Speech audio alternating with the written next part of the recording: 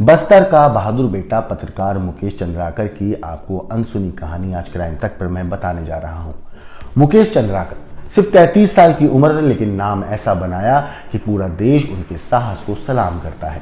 वो आदमी जिसने नक्सलियों के चुंगल से सीआरपीएफ जवान को छुड़ाया, जिसने एक वाटरफॉल की खोज की अपनी रिपोर्टिंग करियर की शुरुआत करते हुए, और भ्रष्टाचार के खिलाफ लड़ते लड़ते अपनी जान गंवा दी। लेकिन सवाल यह है, क्या उनकी मौत एक हादसा थी या एक सोची समझी साजिश?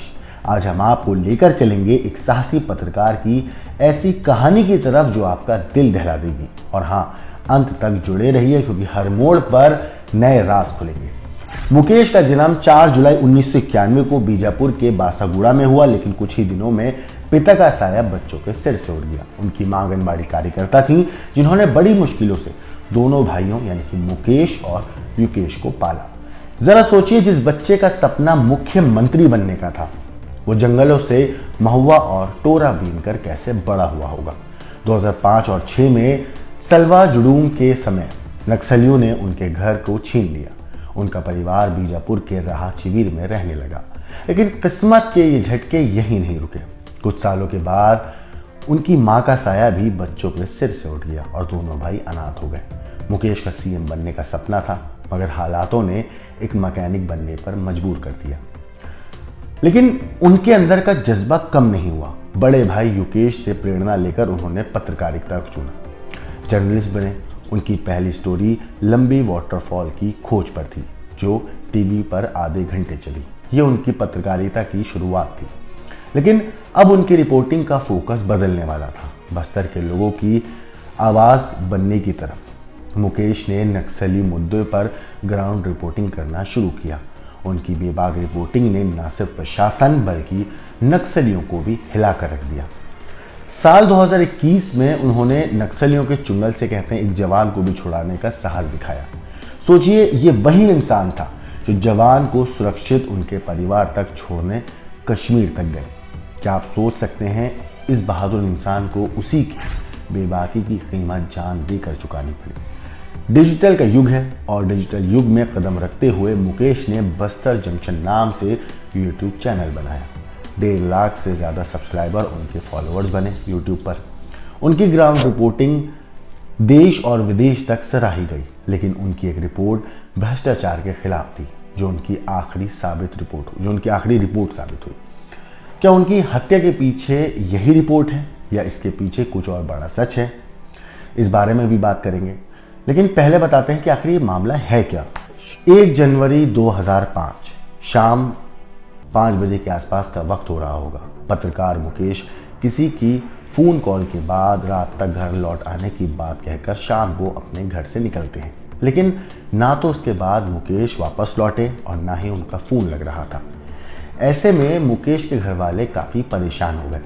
उस रात तो उन्होंने अपने तौर पर ही मुकेश को तलाशने की कोशिश करी, ढूंढने की पता करने की कोशिश करी, तलाशने की कोशिश करी।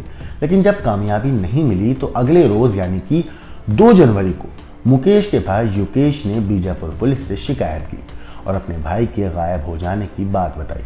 पुलिस ने इस सिलसिले में गुमशुदगी की एक रिपोर्ट दर्ज करी और मामले की जाँच चालू कर दी। इस बीच मुकेश के रहस्यमय तरीके से अपने घर से गायब हो जाने की खबर शहर के बाकी पत्रकारों के बीच भी तेजी से फैली, क्योंकि वो फील्ड में काफ़ी एक्टिव रहा करते थे। और पत्रकारों ने भी अपने तौर पर मुकेश को तलाशने की शुरुआत कर दी। उधर पुलिस तो खैर मुकेश के मोबाइल फ़ोन की लास्ट लोकेशन और उनकी CDR यानी कि कॉल डिटेल रिकॉर्ड के सहारे उनके बारे में जानकारी जुटाने की कोशिश कर रही थी। लेकिन पत्रकार भी मुकेश तक पहुंचने की लगातार कोशिश में थे और इसी कोशिश में सभी को मुकेश के मोबाइल फ़ोन की लास्ट लोकेशन मिली बीजापुर के चट्टानपारा इलाके में। अब पत्रकारों ने पुलिस को फ़ोन किया और इसके बाद चट्टानपारा के आसपास ही मुकेश को तलाशने की गुजारिश करी। असल में चट्टानपारा इलाके में ठेकेदार सुरेश चंद्राकर का एक फार्म हाउस है। सुरेश सरकारी ठेकेदार है और उसने हाल ही में एक सड़क बनवाई, जिसमें हुए घनघोर घोटाले को लेकर मुकेश ने कुछ रोज पहले एक खबर भी दिखाई थी। ऐसे में पत्रकारों को लगता है कि ऐसा नहीं हो कि चट्टानपारा में मौजूद इस फार्म हाउस से ही मुकेश की गुमशुदगी का कोई ना कोई कनेक्शन हो। जिसके बाद 3 जनवरी 2005 शाम के करीब 5 बजे के आसपास पत्रकार पुलिस को लेकर ठेकेदार सुरेश चंद्राकर के इस फार्म हाउस में पहुंचते हैं। लेकिन वहां पहुंचने सभी लोगों को शक जो है तब और गहरा जाता है जब वो देखते हैं कि फार्म हाउस में बैडमिंटन कोर्ट के पास मौजूद एक सीवर टैंक की अभी चिनाई की गई है। वो भी तब जब टैंक में पहले से कोई टूट फूट की बात समझ में नहीं आती। इधर पुलिस को भी क्योंकि मुकेश की लास्ट लोकेशन चट्टानपारा ही दिखाई दे रही थी और ठेकेदार सुरेश का साथ उनका कनेक्शन नजर आ रहा था, पुलिस अब सीवर टैंक की खुदाई शुरू कर देती है। और फिर जैसे ही टैंक का ढक्कन खोलने के बाद उसे खाली किया जाता है, अंदर जो कुछ दिखाई देता है उससे दर्दनाक और उससे हैरान करने वाला कुछ हो ही नहीं सकता। पूरे बीजापुर की पुलिस और पत्रकार पिछले कई घंटों से जिस मुकेश को ढूंढ रहे थे, यही उन्हें मुकेश की शत लाश पड़ी हुई मिलती है। उनके सिर, पेट और शरीर के दूसरे हिस्सों में घातक चोटों के निशान साफ साफ नजर आ रहे थे।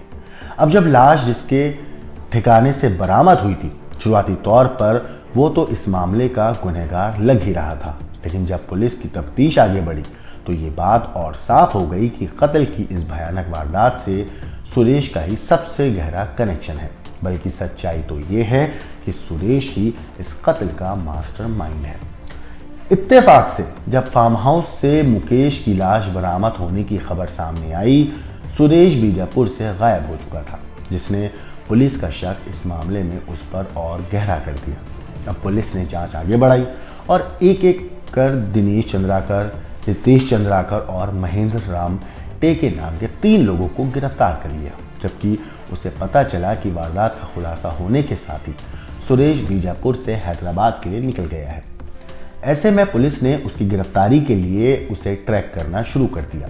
लेकिन इससे पहले कि मामले के मास्टरमाइंड सुरेश चंद्राकर की गिरफ्तारी होती, बाकी मुलजिमों की गिरफ्तारी से मुकेश चंद्राकर के कत्ल के पूरे मामले का न सिर्फ खुलासा हो चुका था, बल्कि कत्ल की साजिश से लेकर कत्ल को अंजाम देने में हर मुलजिम की भूमिका भी तकरीबन साफ हो चुकी थी। असल में पत्रकार मुकेश चंद्राकर ठेकेदार सुरेश चंद्राकर का चचेरा भाई है, लेकिन उनमें अच्छे रिश्ते नहीं थे।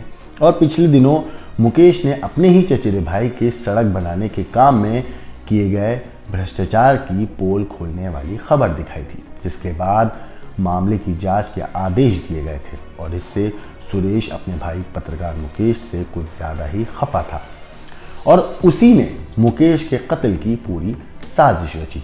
लेकिन क्योंकि सुरेश के साथ मुकेश के रिश्ते अच्छे नहीं थे, उसके बुलाने पर मुकेश उससे कभी नहीं मिलता।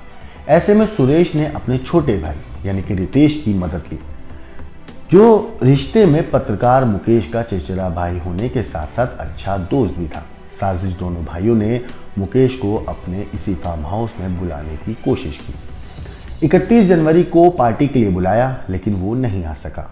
अगले दिन रितेश ने शाम को उसे फिर से डिनर के लिए बुलाया और अपने अंजाम के बेखबर मुकेश भरोसा कर अपने दोस्त और अपने कज़न भाई रितेश के बुलाने पर सुरेश के फार्म हाउस में पहुंच गया। रितेश ने अपने भाई सुरेश के एक एम्प्लॉय महेंद्र राम टेके के साथ उसका स्वागत किया। सुरेश अपने एक और भाई दिनेश के साथ उसी दिन जगदलपुरा चला गया। रात को रितेश ने पहले अपने चचेरे भाई मुकेश को खाना खिलाया और फिर महेंद्र राम टेके के साथ मिलकर पहले उसे बुरी तरह से पीटा और फिर तेज धार वाले हथियार से सिर और शरीर के दूसरे हिस्सों में ताबड़तोड़ वार कर उसकी जान ले ली। उसी रात दोनों ने लाश को इसी सीवर टैंक में डाल दिया और फिर ये दोनों भी बीजापुर से भागकर जगदलपुर चले गए। इसके बाद रितेश को दिल्ली भगा दिया गया, लेकिन तीसरा भाई दिनेश अपने कर्मचारी महेंद्र के साथ फिर से फार्म हाउस में पहुंचा और वहां लाश वाले सीवर टैंक की अच्छी तरह से चिनाई करवा दी। इधर पुलिस मामले की जांच शुरू कर चुकी थी, जिसे देखते हुए बाकी सुरेश भी हैदराबाद भाग निकला, जबकि दिनेश बीजापुर में ही रहा, जिससे किसी को उन पर शक ना हो। लेकिन पत्रकार मुकेश की लास्ट लोकेशन से लेकर मुकेश और रितेश के बीच फोन पर हुई बातचीत जैसे तमाम सबूत चंद्राकर भाइयों की तरफ ही इशारा कर रहे थे। ऐसे में पुलिस ने पहले दिनेश, फिर महेंद्र और रितेश को गिरफ्तार किया और फिर 5 जनवरी को उसकी बीवी के साथ सुरेश को भी हैदराबाद से पुलिस ने गिरफ्तार कर लिया। पूछताछ जब हुई इन लोगों से तो सभी ने गुनाह में शामिल होने की बात कबूल कर ली। अब बात ठेकेदार सुरेश और पत्रकार मुकेश की करें तो इन दोनों की पुरानी दुश्मनी ही है। दरअसल सुरेश की करीब 2.5 साल पहले शादी हुई थी, लेकिन तब तक ठेकेदारी से वो अच्छे खासे पैसे कमा चुका था। वो जगदलपुरा से अपनी दुल्हन को हेलीकॉप्टर में उड़ाकर बीजापुर लाया था कहते हैं, जिसके बारे में खबरें भी काफ़ी मीडिया पोर्टल्स पर छपी हुई हैं। इससे सुरेश नाराज़ हो गया और उसे लगा कि उसका चचेरा भाई पत्रकार मुकेश ही इन सब के पीछे है।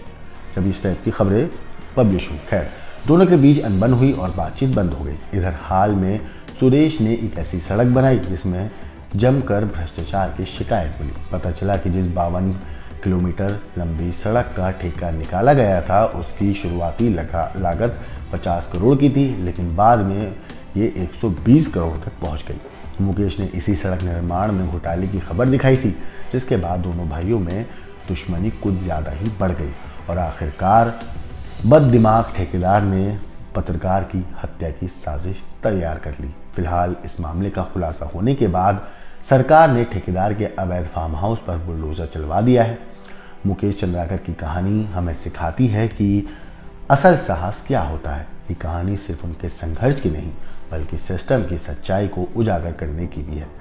अगर आपको इस बहादुर पत्रकार की कहानी अगर आपके दिल को बल्कि इस बहादुर पत्रकार की कहानी ने छुआ तो इस वीडियो को लाइक करें, शेयर करें और कमेंट में लिखें क्या मुकेश की मौत एक साजिश थी, और चैनल को सब्सक्राइब करना ना भूलें।